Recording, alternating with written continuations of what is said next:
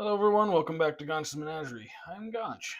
So, just got a quick hobby update. Well, quick. I use that figuratively. I actually got some stuff done. I've had a lot of stuff waiting to be based, and I finally got around to doing a mass basing project.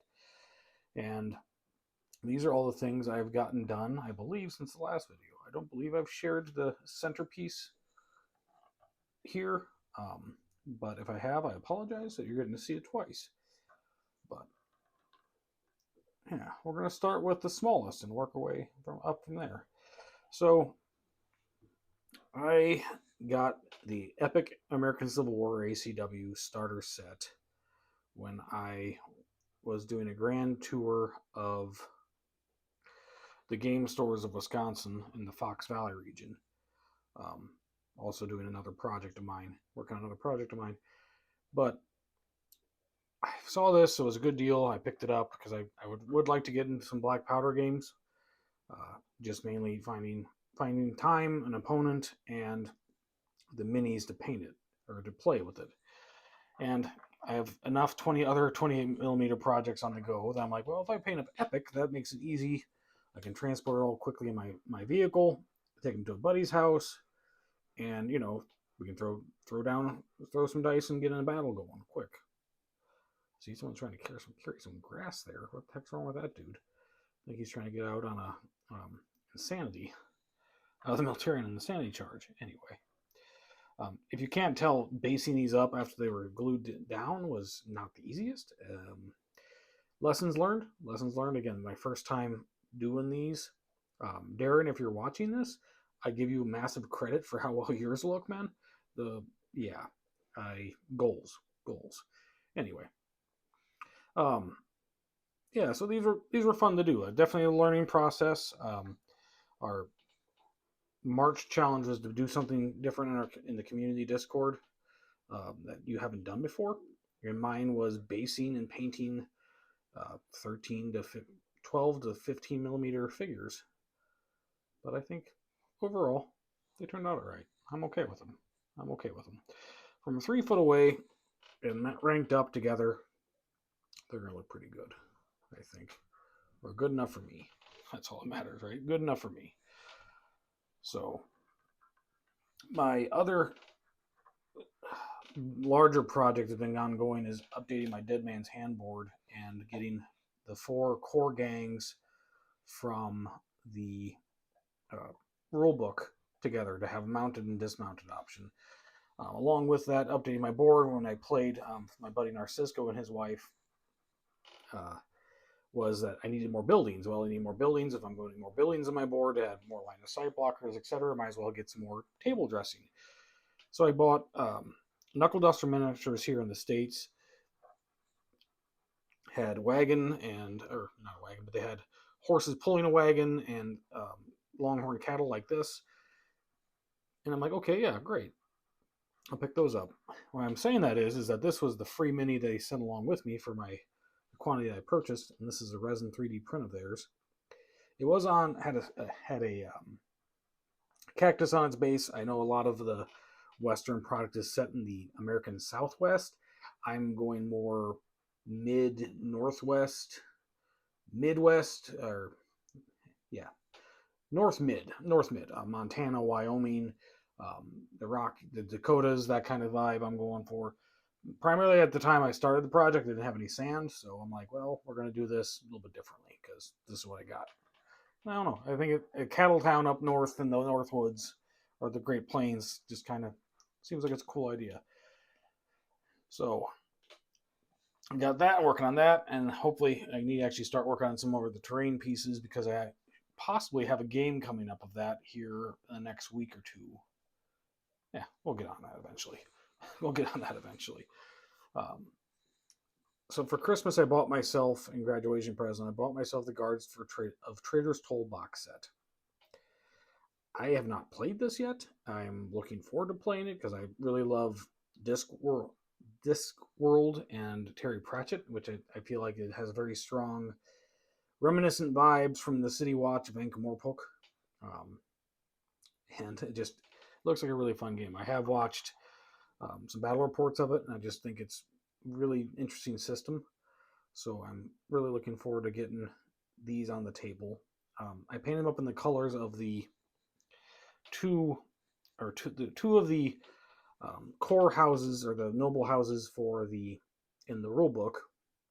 I was kind of going with like this whole gang, the a little more prim and proper, I guess, a little more uniform, but they're not fancy. Besides their captain, who the guy with the feathers on his hat. I don't know. I loved how this one turned out. Of like he's picking his sword up off the ground and putting his helmet down. Like, all right, dude, really? You're gonna start something right in front of me? Ugh. That just, yeah, I like that pose. And then I literally just finished these up last night, or basing all these up last night. Um, Over on the PCP, um, Warren, his name, I can't remember his last name, but the Plastic Crack Podcast Facebook community. Warren had some beautiful figures of these, and he had a really lovely cobblestone bases that he had them on. And I really wish I could have, replicated that, or paid homage to that in mine. I actually, but doing the green stuff or the milliput and the roller is just maybe in the future. Maybe in the future, I was too excited to get started painting on these, so I just glued them down. And I have railroad train model railroad ballast that I used, and I washed and then dry brushed over to give it some of that depth. So I think it still reads like City Street, but not as ideal as I would like it to be. But again, it's fine. They work for me, and I think they turned out all right.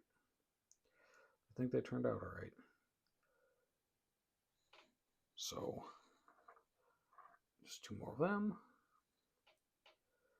So yeah, and then in our community Discord, we actually have a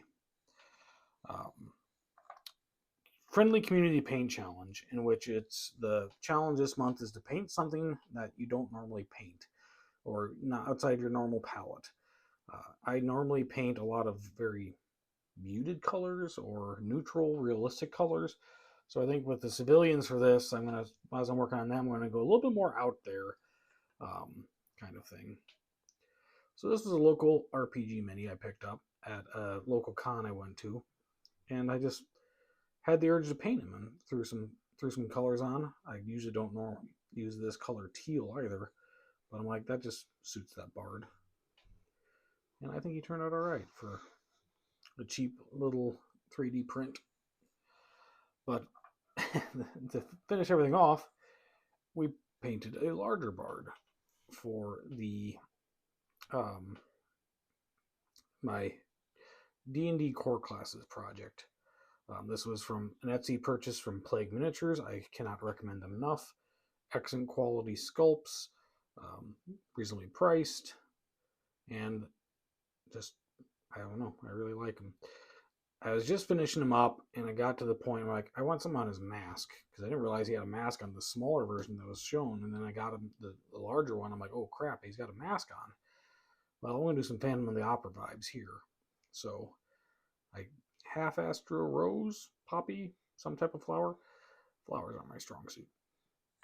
I'm better at giving them to people than I am at naming them. So that's what's currently finished for the week, or for this time period. Currently on the work table, I got the guards of Traitors Toll Civilians, the first batch of them, some RPG minis, and then some table dressing pieces. These are some of the table dressing pieces from Knuckle Duster Miniatures. Haven't really worked a lot with metal, so it was really interesting getting these cleaned up and then figuring out, okay, how do you actually do this?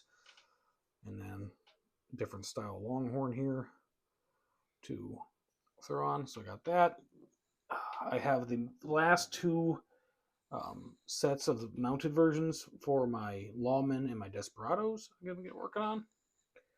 And then how many do I have left?